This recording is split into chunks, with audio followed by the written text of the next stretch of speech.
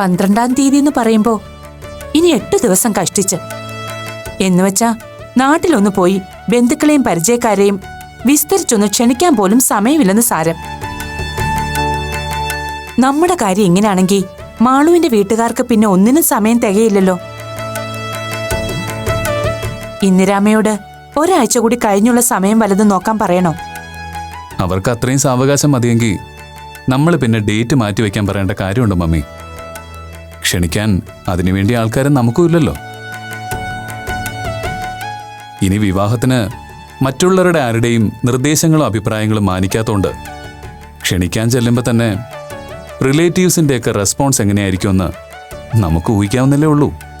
അവരെന്തു വേണമെങ്കിലും പറഞ്ഞോട്ടെ, പക്ഷെ നേരിൽ ചെന്ന് കണ്ട് ക്ഷണിക്കേണ്ടവരെ ക്ഷണിക്കേണ്ടത് നമ്മുടെ മര്യാദയാ.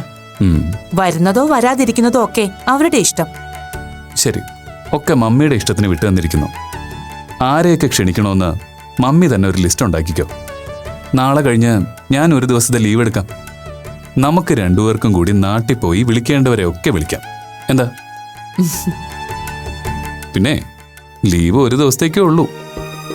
ലിസ്റ്റ് ഉണ്ടാക്കുമ്പോ ഡെയ്സി ടീച്ചർ അതൊന്ന് പ്രത്യേകം ഓർമ്മിച്ചാൽ നന്നായിരിക്കും. മാക്സിമം ആള് പറഞ്ഞാ അത്രയും നല്ലത്. ഓ, എന്നാ പിന്നെ ഞാൻ അതിന് മെനക്കെടുന്നില്ല. വിളിക്കേണ്ടവരൊക്കെ ഞാൻ ഫോണിൽ തന്നെ വിളിച്ചേക്കാം, പോരെ? ആ, എന്നാൽ അത്രയും സന്തോഷം. എന്റെ ഹോസ്പിറ്റലിൽ നിന്ന് ഫ്രണ്ട്സും കൊളീഗ്സും ഒക്കെ ആയിട്ട് ഏറിയാലൊരു 10-12 പേര്, അതിനപ്പുറം ഉണ്ടാവില്ല. നമ്മുടെ ഫ്രണ്ട്സും റിലേറ്റീവ്സും ഒക്കെ ആയി ഒരു 50 പേരെങ്കിലും ഉണ്ടാവുമെന്ന് ഞാൻ മുരളിയോടും അശ്വതിയോടും പറഞ്ഞിട്ടുണ്ട്. 50 പേരോ? എന്തേ മമ്മി ഇത് എന്ത് ഭാവിച്ച? ദേ, ഞാനും മമ്മിയും അടക്കം ഏറിയാലൊരു 25. അതിനപ്പുറം പോകുന്നത് മഹാബോറായിരിക്കും, പറഞ്ഞേക്കാം. ഇങ്ങനെ ലുബ്ധിക്കില്ലേടാ. വെറുതെ അല്ല മാളുവിന്റെ വീട്ടുകാര് നീ ഈ ആശയം പറഞ്ഞപ്പോ തന്നെ അവരെതിർത്തത്. അവരെന്ത് വേണമെങ്കിലും പറഞ്ഞോട്ടെ mummy, I just don't care. ആളെ കൂട്ടി ആർഭാടം കാണിച്ച് ഒരു വിവാഹം വേണ്ടെന്ന് ഞാൻ നേരത്തെ തീരുമാനിച്ച കാര്യമാണ്. എന്റെ കാര്യത്തിലെങ്കിലും എനിക്ക് ആ വാക്ക് പാലിക്കണം. ആ, അത് പറഞ്ഞപ്പോഴാ ഓർത്തത്. ഇവിടുന്ന് വിളിക്കാൻ നമുക്ക് വിജയും ഗീതയും അപ്പുവും അല്ലേ ഉള്ളൂ. അപ്പൂനെയും ഗീതാന്റെയും മാത്രം കൂട്ടിയാൽ മതി. ഇപ്പോഴത്തെ സാഹചര്യത്തിൽ വിജയങ്ങൾ വരുമെന്നൊന്നും എനിക്ക് തോന്നുന്നില്ല. ഏയ്, അതൊന്നുമല്ല. ഞാനും നീ നേരിട്ട് പോയി ക്ഷണിച്ച വിജയ് തീർച്ചയായും വരുമെന്ന് തന്നെയാ എന്റെ വിശ്വാസം. ശരി, മമ്മിക്ക് അത്ര ഉറപ്പുണ്ടെങ്കിൽ നമുക്ക് പോയി ക്ഷണിക്കാം. എന്തായാലും ഗീതാന്റെയും അപ്പൂനെയും ക്ഷണിക്കാൻ അവിടം വരെ പോണമല്ലോ. കൂട്ടത്തിൽ സാക്ഷാൽ വിജയ് പണിക്കരെ നേരിട്ട് കണ്ട് ക്ഷണിക്കാം. ആ, പിന്നെ അങ്കിൾ ഏത് രീതിയിൽ റിയാക്ട് ചെയ്താലും അത് ഫേസ് ചെയ്യാനുള്ള മനക്കരുത്തോടെ വേണം പഴയ ഫ്രണ്ടിനെ കാണാൻ ചെല്ലാൻ. പുള്ളിക്കാരൻ ആകെ കൈവിട്ട് നിൽക്കുകയാണെന്നാ ഞാൻ അറിഞ്ഞത്. അതൊന്നും കാര്യമാക്കണ്ട ജോ. ചെന്ന് വിളിക്കേണ്ട കടമ നമ്മുടെയാ. വിജയിലൂടെയാ മുരളിയെയും അശ്വതിയെയും ഒക്കെ ഞാൻ പരിചയപ്പെടുന്നതും. മമ്മിയുടെ സെന്റിമെന്റ്സ് എനിക്ക് മനസ്സിലാവുന്നുണ്ട്.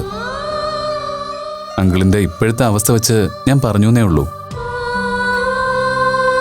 സ്വന്തം മകളോട് കാണിക്കാത്ത സെന്റിമെന്റ്സ് നമ്മളോടുണ്ടാവുമെന്ന് പ്രതീക്ഷിക്കണ്ടല്ലോ. നീ പറഞ്ഞത് ശരിയാ ജോ. എത്ര പെട്ടെന്ന് വിജയുടെ ഈ മാറ്റം. ഒരു തരത്തിൽ നോക്കിയാ അതിൽ വിജയെ മാത്രം കുറ്റം പറയാൻ കഴിയില്ല. മുരളിയും അശ്വതിയും എല്ലാവരും വല്ലാതെ മാറിപ്പോയിരിക്കുന്നു.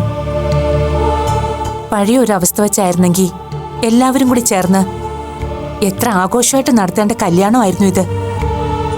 എല്ലാത്തിനും മുന്നിട്ട് നിൽക്കുന്നത് വിജയും ഗീതയും തന്നെ ആയിരുന്നേനെ. എല്ലാം എത്ര പെട്ടെന്നാ മാറി മറിഞ്ഞത്. അപ്പു നിന്നെ വിളിച്ചിരുന്നോ? ഉച്ചയ്ക്ക് വിളിച്ചിരുന്നു. എന്തു പറഞ്ഞു അവള്? ട്രീറ്റ്മെന്റിന്റെ ഭാഗമായുള്ള കൗൺസിലിംഗ് നാളെ മുതൽ തുടങ്ങുകയാണെന്ന് പറഞ്ഞു. അതൊക്കെ അതിന്റെ ഒരു യൂഷ്വൽ പ്രൊസീജിയർ എന്നേ ഉള്ളൂ. അപ്പൂനൊപ്പം വീട്ടിലെ മറ്റംഗങ്ങൾക്കും കൗൺസിലിംഗ് ഉണ്ടാവും. വിജയ് അതിനോട് എങ്ങനെയാവും റിയാക്ട് ചെയ്യാൻ പോവുക എന്നതാ എന്റെ ടെൻഷൻ. മമ്മി പറഞ്ഞതുപോലെ നാളത്തെ ദിവസം അല്പം ക്രൂഷ്യല.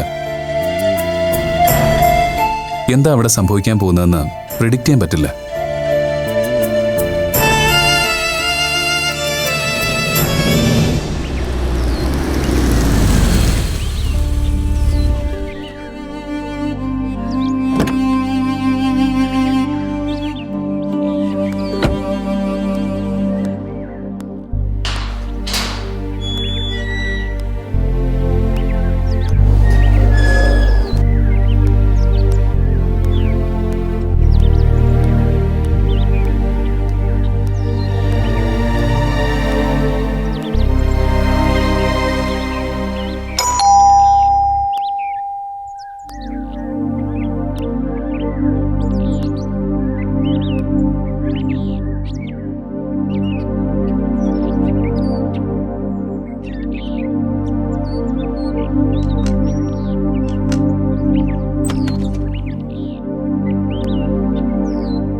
Good morning sir. മോർണിംഗ്. എന്താ വന്നത്? പി സാറിന് എന്നെ മനസ്സിലായില്ലെന്ന് തോന്നുന്നു. ആളിനെ മനസ്സിലായതുകൊണ്ടാണല്ലോ വരവിന്റെ ഉദ്ദേശം എന്താണെന്ന് ചോദിച്ചത്. ഉദ്ദേശം പഴയ തന്നെയാണ് സാർ. നമ്മളെ പോലുള്ള ആൾക്കാർക്ക് മറ്റുള്ളവരെ ഇതുപോലുള്ള സാഹചര്യത്തിന്റെ ഗൗരവവും അതുകൊണ്ടുണ്ടാകുന്ന വരും വരായകളും പറഞ്ഞു മനസ്സിലാക്കുക എന്നുള്ളതാണല്ലോ ഡ്യൂട്ടി. ഒറ്റ വാക്കിൽ അതിന് വേണമെങ്കിൽ സോഷ്യൽ കൗൺസിലിംഗ് എന്നോ ജെൻഡർ അവയർനെസ് കൗൺസിലിംഗ് എന്നൊക്കെ പറയാം. സാറിനറിയാലോ, ബൈ പ്രൊഫഷൻ ഞാനൊരു അഡ്വക്കേറ്റ് ആണെങ്കിലും ഇത്തരം സോഷ്യൽ ആക്ടിവിറ്റീസിലാണ്. അഡ്വക്കേറ്റ് നന്ദകുമാർ. സാറിനെ നന്ദൻ എന്ന് വിളിച്ചാൽ മതി. യാ, മിസ്റ്റർ നന്ദകുമാർ. കഴിഞ്ഞ തവണ വന്നപ്പോഴേ ഇവിടെ നിങ്ങളുടെ സേവനം ആവശ്യമില്ലെന്ന് നിങ്ങൾ ഇൻഫോം ചെയ്തതാ. നിങ്ങളുടെ കൗൺസിലിങ്ങിനോ സില്ലി ടോക്കിനോ വേണ്ടി നിന്ന് തരാനുള്ളൊരു മൂഡിലല്ല ഞാൻ. ഇൻഫാക്ട് എനിക്കതിൽ തീരെ താല്പര്യമില്ല, സമയവുമില്ല. So better you leave. Sorry, എൻ്റെ കൗൺസിലിംഗ് സാറിന് ആവശ്യമില്ലായിരിക്കും. പക്ഷേ സാറ് പറഞ്ഞ പോലെ എനിക്ക് വേണ്ടി ടൈം സ്പെയർ ചെയ്യാൻ ഇവിടെ മറ്റാരെങ്കിലും ഉണ്ടെങ്കിലോ? നോ നോ മിസ്റ്റർ, ഇവിടെ ആർക്കും അതിലൊരു താല്പര്യവുമില്ല. അതുകൊണ്ട് അധികം ഉപദ്രവിക്കാതെ ഒഴിവായി തരാൻ മാന്യമായിട്ടാണ് ഞാൻ പറയുന്നത്. സാറിന് എൻ്റെ സേവനം ആവശ്യമില്ലായിരിക്കും, പക്ഷേ അത് ആവശ്യമുള്ളവർ വിളിച്ചിട്ടാണ് ഞാൻ വന്നത്.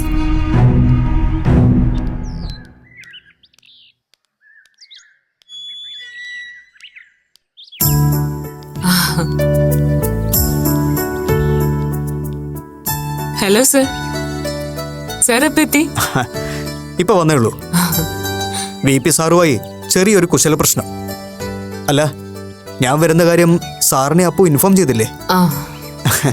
എന്നെ കണ്ടപ്പോ സാറിന് ആകെ ഒരു കൺഫ്യൂഷൻ, അതുകൊണ്ട് ചോദിച്ചതാ. ഓ, അങ്ങനെ നേരത്തെ കൂട്ടി ഇൻഫോം ചെയ്യേണ്ട കാര്യമൊന്നുമില്ല. സാർ വന്നട്ടെ, നമുക്ക് റൂമിൽ ഇരിക്കാം. ഹലോ മാഡം, എന്തൊക്കെയുണ്ട് വിശേഷം? നല്ല വിശേഷം സാർ. അമ്പിമാമനെ കാണാറുണ്ടോ? ആ, ഇടയ്ക്ക് അമ്പച്ചേട്ടൻ വിളിച്ചിരുന്നു. പുള്ളിക്കാരനിപ്പോ ഒരു നോർത്ത് ഇന്ത്യൻ ട്രിപ്പിൽ പെട്ടിരിക്കുക. വരാൻ 1-2 ആഴ്ച എടുക്കുന്ന പറഞ്ഞ്. സാറിന് കുടിക്കാൻ ചായയോ കാപ്പിയോ? ആ, കടുപ്പത്തിലൊരു ചായ തന്നെ ആയിക്കോട്ടെ. മധുരം വളരെ കുറച്ച് മതി കേട്ടോ. പിന്നെ ഞാൻ അപ്പുമായിട്ട് സംസാരിച്ച് കഴിഞ്ഞിട്ട് മതി അത്. ശരി സാർ വരൂ, നമുക്ക് മുകളിലിരിക്കാം. ആ, ഇയാളെ പോലുള്ളവരൊക്കെ എന്തിനാ ഇവിടെ വിളിച്ചു വരുത്തുന്നത്? അപ്പൂന് അയാളെന്തോ അവയർനെസ് ക്ലാസ് കൊടുക്കുന്നുണ്ട്. എന്താ അവയർനെസ്? വെറും തട്ടിപ്പാ ഇതൊക്കെ. അവയർനെസ്സും കൗൺസിലിംഗ് എന്നൊക്കെ പറഞ്ഞ് ഇമാതിരി ആളുകളൊക്കെ എന്റെ വീട്ടിൽ കയറി ഇറങ്ങുന്നത് എനിക്ക് ഇഷ്ടമല്ല. മേലിൽ ഇത് ആവർത്തിക്കരുതെന്ന് തന്റെ മോളോട് പറഞ്ഞേക്കണം. അപ്പൂന് ഗുണമുള്ള എന്തെങ്കിലും കാര്യം ഉണ്ടായിരിക്കുമല്ലോ, അതുകൊണ്ടാണല്ലോ അയാളോട് വരാൻ പറഞ്ഞത്. പിന്നെ അഡ്വക്കേറ്റ് നന്ദകുമാർ ഒരു തട്ടിപ്പുകാരനാണെന്ന് എനിക്ക് തോന്നുന്നില്ല. എന്തായാലും ശരി, ഇവിടെ അതൊന്നും പറ്റില്ല. എനിക്കതൊന്നും ഇഷ്ടമല്ല. അങ്ങനെ VPക്ക് ഇഷ്ടമുള്ള കാര്യങ്ങൾ മാത്രമേ ഇവിടെ നടക്കാവൂന്ന് നിർബന്ധം പിടിക്കുന്നത് ശരിയല്ലല്ലോ. ഇത് എൻ്റെ അപ്പൂൻ്റെയും കൂടെ വീടല്ലേ. ഞാനും അപ്പവും ഇതുപോലെ നിർബന്ധം പിടിച്ചാൽ VPക്കാവും അതിൻ്റെ ബുദ്ധിമുട്ട്. അതുകൊണ്ട് അവരവരുടെ ഇഷ്ടങ്ങളിൽ മറ്റാരും കൈകടത്താതിരിക്കുന്നതാവും നല്ലത്.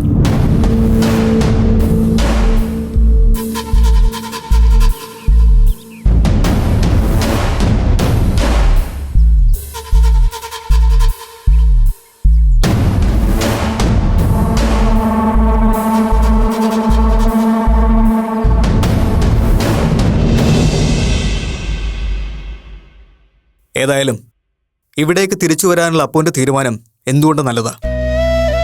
പക്ഷെ ഇവിടുന്ന് അങ്ങോട്ട് വളരെ സ്മൂത്തായ റോഡിലൂടെ ആയിരിക്കില്ല അപ്പൂന് ഡ്രൈവ് ചെയ്യേണ്ടി വരിക എന്നുള്ള കാര്യം കൂടി ഓർക്കണം. എനിക്കറിയാം സാർ. വഴിമുടക്കാൻ സ്വന്തം വീട്ടിൽ തന്നെ ആളുണ്ടെന്ന കാര്യം അറിഞ്ഞു വെച്ചുകൊണ്ട് തന്നെയാണ് ഞാൻ ഈ തീരുമാനം എടുത്തത്. തൻ്റെ ഈ റീ എൻട്രിയിൽ ഏറ്റവും കൂടുതൽ ഡിസ്റ്റർബ്ഡ് ആയിരിക്കുന്നത് VP സാറാണെന്ന് എനിക്ക് മനസ്സിലായി. വന്നു കയറിയപ്പോൾ എനിക്ക് കിട്ടിയ സ്വീകരണത്തിൽ തന്നെ അതുണ്ടായിരുന്നു. VPയെ മെരുക്കിയെടുക്കുന്നത് വിചാരിച്ചതിലും പ്രയാസമുള്ള കാര്യമാണെന്ന് ഇവിടെ വന്നപ്പോൾ മുതൽ എനിക്ക് ബോധ്യായി. പക്ഷെ എത്ര കഷ്ടപ്പെട്ടിട്ടാണെങ്കിലും ഞാൻ ആ ലക്ഷ്യം നേടിയെടുക്കുന്നുള്ള കോൺഫിഡൻസ് എനിക്കുണ്ട്. യാ ഷുവർ, തനിക്കതിന് കഴിയുമെന്ന് എനിക്ക് ഉറപ്പുണ്ട്. എന്താണ് റിയാലിറ്റി എന്ന് മനസ്സിലാക്കാത്ത ആളൊന്നുമല്ല VP സാറ്. പക്ഷേ ദുരഭിമാനത്തിൻ്റെ ആ കട്ടിയുള്ള ഷെല്ലിനകത്ത് മാക്സിമം കംഫർട്ടായി ഇരിക്കാനുള്ള ശ്രമത്തിലാണ് ആള്. ആ പുറന്തോട് പൊട്ടിച്ചു കളയാൻ അപ്പൂനായാൽ സാറ് സ്വമേധയാ തന്നെ നമ്മുടെ ട്രാക്കിലായിക്കോളും. പക്ഷേ താൻ പറഞ്ഞ പോലെ അതത്ര ഈസി ജോബല്ല. ഓക്കെ, അപ്പോൾ വി പി സാറിൻ്റെ കാര്യം ഇവിടെ നിൽക്കട്ടെ. ഇനി എന്താണ് അപ്പുവിൻ്റെ തുടർന്നുള്ള പ്ലാൻ? സർജറിയെക്കുറിച്ച് ഞാൻ സീരിയസ് ആയിട്ട് ആലോചിക്കുന്നുണ്ട് സർ. ഇപ്പോ അമ്മയുടെ സപ്പോർട്ട് ഉള്ളതുകൊണ്ട് അതിനെ നീട്ടിവെക്കണ്ടെന്ന് തോന്നുന്നു. സൗകര്യം പോലെ അമ്മയും കൂട്ടിക്കൊണ്ടുപോയി ഡോക്ടർ അരവിന്ദ് കുമാറിനെ കണ്ട് അതിന്റെ ഫർദർ പ്രൊസീജിയേഴ്സ് ഒന്ന് ഫോളോ അപ്പ് ചെയ്യാമെന്ന് വിചാരിക്കുന്നു. Okay, that's good. പക്ഷേ അതിത്ര ധൃതി പിടിച്ചിട്ട് വേണോ? അപ്പോ സമാധാനമായിട്ടൊന്നുകൂടെ ഒന്ന് ആലോചിക്കണം. എന്നിട്ടും തീരുമാനത്തിന് മാറ്റമൊന്നുമില്ലെങ്കിൽ of course you can proceed. എന്താ സാറിനൊരു അഭിപ്രായ വ്യത്യാസം പോലെ? നോ അങ്ങനെ ഒരു ഒബ്ജക്ഷൻ ഒന്നുമില്ല. ഞാൻ പറഞ്ഞല്ലോ, അപ്പുവിൻ്റെ തീരുമാനത്തിന് തന്നെയാണ് പ്രയോറിറ്റി. എന്നാലും എനിക്ക് ചില സജഷൻസ് പറയാലോ അല്ലേ? അങ്ങനെ ഒരു ചോദ്യത്തിന്റെ ആവശ്യം പോലും ഇല്ല. സാറിന്റെ അഭിപ്രായങ്ങൾ അത്രമാത്രം വാല്യുബിൾ ആയതുകൊണ്ടാണല്ലോ സാറിനോട് ഈ വിഷയം ഡിസ്കസ് ചെയ്യാൻ ഞാനും തയ്യാറാവുന്നത്. ഓക്കെ, എങ്കിൽ പറയാം. എൻ്റെ അഭിപ്രായത്തിൽ സർജറിയുടെ കാര്യത്തിൽ നമുക്ക് അല്പം കൂടെ സാവകാശാകാമെന്ന. അങ്ങനെ പറയാൻ 2 കാരണങ്ങളാണ് ഞാൻ പോയിന്റ് ഔട്ട് ചെയ്യാൻ ഉദ്ദേശിക്കുന്നത്. അപ്പോൾ എൻ്റെ അമ്മയുടെ സപ്പോർട്ട് ഈ കാര്യത്തിലുള്ളിടത്തോളം അപ്പോൾ ആഗ്രഹിക്കുന്ന സമയത്ത് നമുക്ക് അതിനു വേണ്ടിയുള്ള തയ്യാറെടുപ്പുകൾ തുടങ്ങാൻ വളരെ ഈസി ആയിട്ട് സാധിക്കും. അതേസമയം നമുക്ക് തീരുമാനിക്കാൻ പറ്റാത്ത ചില കാര്യങ്ങൾ അപ്പോന് ഫേസ് ചെയ്യേണ്ടതായിട്ടും വരും. ഫോർ എക്സാമ്പിൾ, അപ്പുവിൻ്റെ പഠിത്തത്തിൻ്റെയും പരീക്ഷയുടെയും കാര്യം. സർജറി നടന്നാലും ഇല്ലെങ്കിലും എക്സാം അതിൻ്റെ സമയത്ത് തന്നെ നടക്കും, ശരിയല്ലേ? ഞാൻ പറയുന്നത് ഈ സമയം അപ്പു സ്റ്റഡീസിൽ കോൺസെൻട്രേറ്റ് ചെയ്യുക എന്നുള്ളതാണ്. എക്സാം നല്ല രീതിയിൽ അറ്റൻഡ് ചെയ്യാൻ സാധിച്ചാൽ ആ ഒരു കടമ കടന്നു കിട്ടുമല്ലോ. രണ്ടും കൂടെ മിക്സ് ചെയ്യേണ്ടി വരില്ലല്ലോ, ശരിയല്ലേ? അതെ, ഞാൻ അക്കാര്യം ആലോചിച്ചില്ല. അതുമാത്രമല്ല, സർജറിക്ക് സാവകാശമാകാമെന്ന് ഞാൻ പറഞ്ഞതിന് പിന്നിൽ മറ്റൊരു ഉദ്ദേശം കൂടിയുണ്ട്. നേരത്തെ ഞാൻ പറഞ്ഞതുപോലെ ആ സമയത്തിനുള്ളിൽ വി പി സാറിൻ്റെ ദുരഭിമാനത്തിൻ്റെ പുറന്തോട് നമുക്ക് പൊളിക്കാനായാൽ കാര്യങ്ങൾ കുറച്ചുകൂടി ഈസി ആവില്ല അപ്പോന്. ഐ മീൻ, അച്ഛൻ്റെ അമ്മയുടെ സപ്പോർട്ടോടുകൂടി തനിക്ക് സർജറി അറ്റൻഡ് ചെയ്യാൻ പറ്റിയാൽ അതിൻ്റെ ഒരു സുരക്ഷിതത്വ ബോധവും കോൺഫിഡൻസ് ലെവലും വേറെ അല്ലടൂ. സാറ് പറഞ്ഞത് ശരിയാ. പക്ഷേ VP അത്ര എളുപ്പം കൺവിൻസ് ചെയ്തെടുക്കാൻ പറ്റുമെന്നുള്ള കാര്യത്തിലേ സംശയമുള്ളൂ. പുള്ളിക്കാരനത്ര എളുപ്പം കൺവിൻസ്ഡ് ആവണമെന്ന് നമുക്ക് നിർബന്ധമില്ലെന്നേ. നമ്മൾ നമ്മുടെ തീരുമാനം എന്താണെന്ന് അനൗൺസ് ചെയ്തു കഴിഞ്ഞു. അതിൽ നിന്ന് ഇനി പിന്നോട്ടില്ലെന്ന് VP സാറിന് ബോധ്യമായി കഴിഞ്ഞു. ആ സ്ഥിതിക്ക് പുള്ളിക്കാരന് മുന്നിൽ 2 ഓപ്ഷനാണ് ഉള്ളത്. ഒന്നുകിൽ തന്നെ എന്നേക്കുമായിട്ട് ബഹിഷ്കരിക്കാം, അല്ലെങ്കിൽ യാഥാർത്ഥ്യങ്ങൾ ഉൾക്കൊണ്ട് തൻ്റെ നിലപാടിലേക്ക് മാറി ചിന്തിക്കാം. ഇതിലേതെങ്കിലും ഒന്നിലെത്താൻ പുള്ളിക്കാരന് അല്പം സമയം കൊടുക്കണമെന്ന് മാത്രം. ഇപ്പോൾ സർജറിക്ക് സാവകാശമാകാമെന്ന് ഞാൻ പറഞ്ഞതിൻ്റെ കാരണം അപ്പുന് മനസ്സിലായില്ലേ? മനസ്സിലായി. ഞാൻ ഒന്നുകൂടി ഒന്ന് ആലോചിച്ചിട്ട്. മതി, സമയമെടുത്ത് ആലോചിച്ചൊരു തീരുമാനം എടുത്താൽ മതി. ഞാൻ പറഞ്ഞല്ലോ, അപ്പുവിൻ്റെ തീരുമാനങ്ങൾക്ക് മാത്രമാണ് എപ്പോഴും മുൻഗണന. അപ്പോൾ VPയെ മെരുക്കിയെടുക്കാനുള്ള തൻ്റെ എല്ലാ ശ്രമങ്ങൾക്കും അഡ്വക്കേറ്റ് നന്ദകുമാറിൻ്റെ എല്ലാ സപ്പോർട്ടും ഞാൻ എൻഷുർ ചെയ്യുന്നു. Wish good luck Appu. എന്താവശ്യം ഉണ്ടെങ്കിലും വിളിക്കാൻ മറക്കണ്ട. Okay, thank you sir. Thank you very much. By.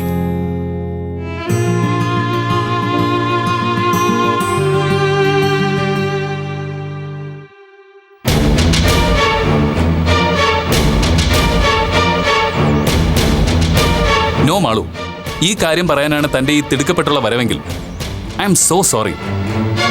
എനിക്കിതിൽ തീരെ താല്പര്യമില്ല. ഇങ്ങനെ ആയിരുന്നില്ല നമ്മൾ തമ്മിലുള്ള വാക്ക്.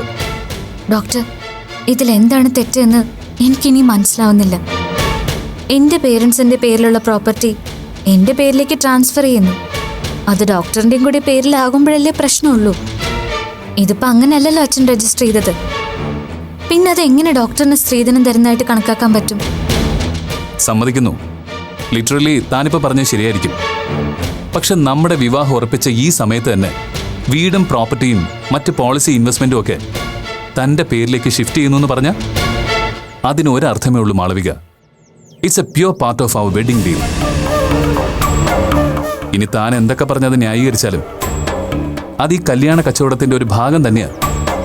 ചോദിച്ചു വാങ്ങിയില്ലെങ്കിലും അറിഞ്ഞു കൊടുക്കുന്ന കച്ചവടക്കാരന്റെ ഉദാര മനസ്സ്. സോറി, അങ്ങനൊരു കച്ചവടത്തിന്റെ ഭാഗമാവാൻ എനിക്ക് താല്പര്യമില്ല. അച്ഛൻ മനഃപൂർവ്വം ഡോക്ടറെ ഇൻസൾട്ട് ചെയ്യാൻ വേണ്ടിയിട്ട് ഇങ്ങനെ ചെയ്യുന്നു തോന്നുന്നുണ്ടോ? ഇനി അഥവാ ഡോക്ടർക്ക് അങ്ങനെ തോന്നുന്നുണ്ടെങ്കിൽ ഞാൻ സോറി പറയുന്നു. അതിലപ്പുറം എനിക്കൊന്നും ചെയ്യാൻ പറ്റില്ലല്ലോ. തനിക്ക് ചെയ്യാൻ പറ്റില്ലായിരിക്കും, പക്ഷെ ഇത് തന്റെ പേരിൽ രജിസ്റ്റർ ചെയ്ത ആൾക്ക് തിരുത്താൻ പറ്റിയേക്കും. പറ്റണം എന്നുവെച്ചാ തന്റെ പേരിൽ എഴുതിയ പ്രോപ്പർട്ടീസ് എത്രയും പെട്ടെന്ന് തന്നയാളുടെ പേരിൽ തിരിച്ചെഴുതണം.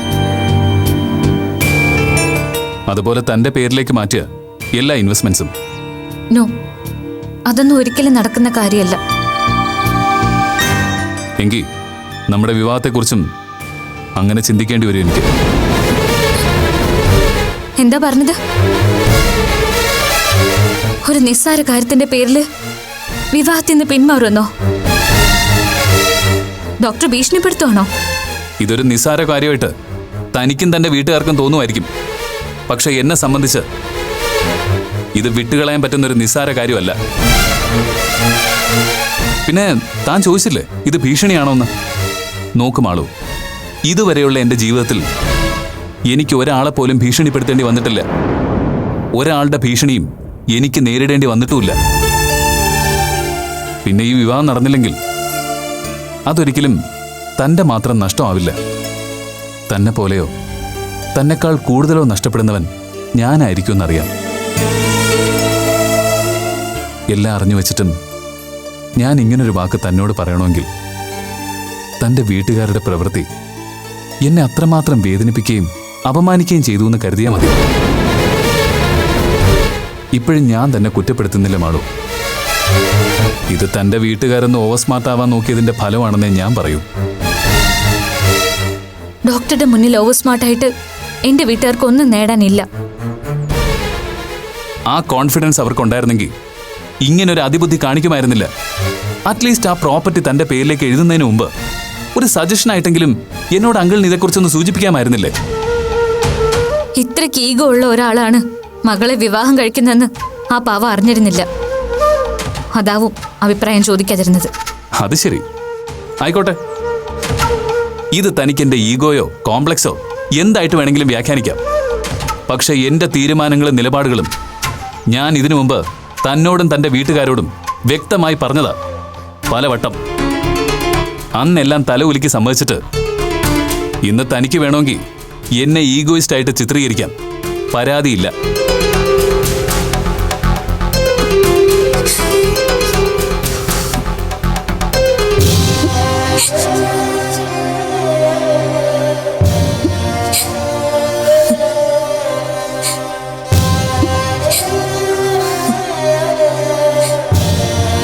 നോക്കുമാളൂ, എനിക്കിപ്പോഴും തന്നെ നഷ്ടപ്പെടാൻ വയ്യ.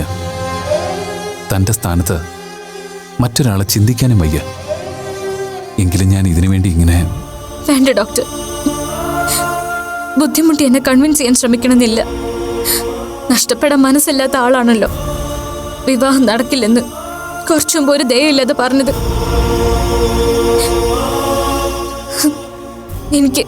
എനിക്കെല്ലാം മനസ്സിലായി, സന്തോഷമായി. എല്ലാത്തിനും ഒരുപാട് നന്ദിയുണ്ട്.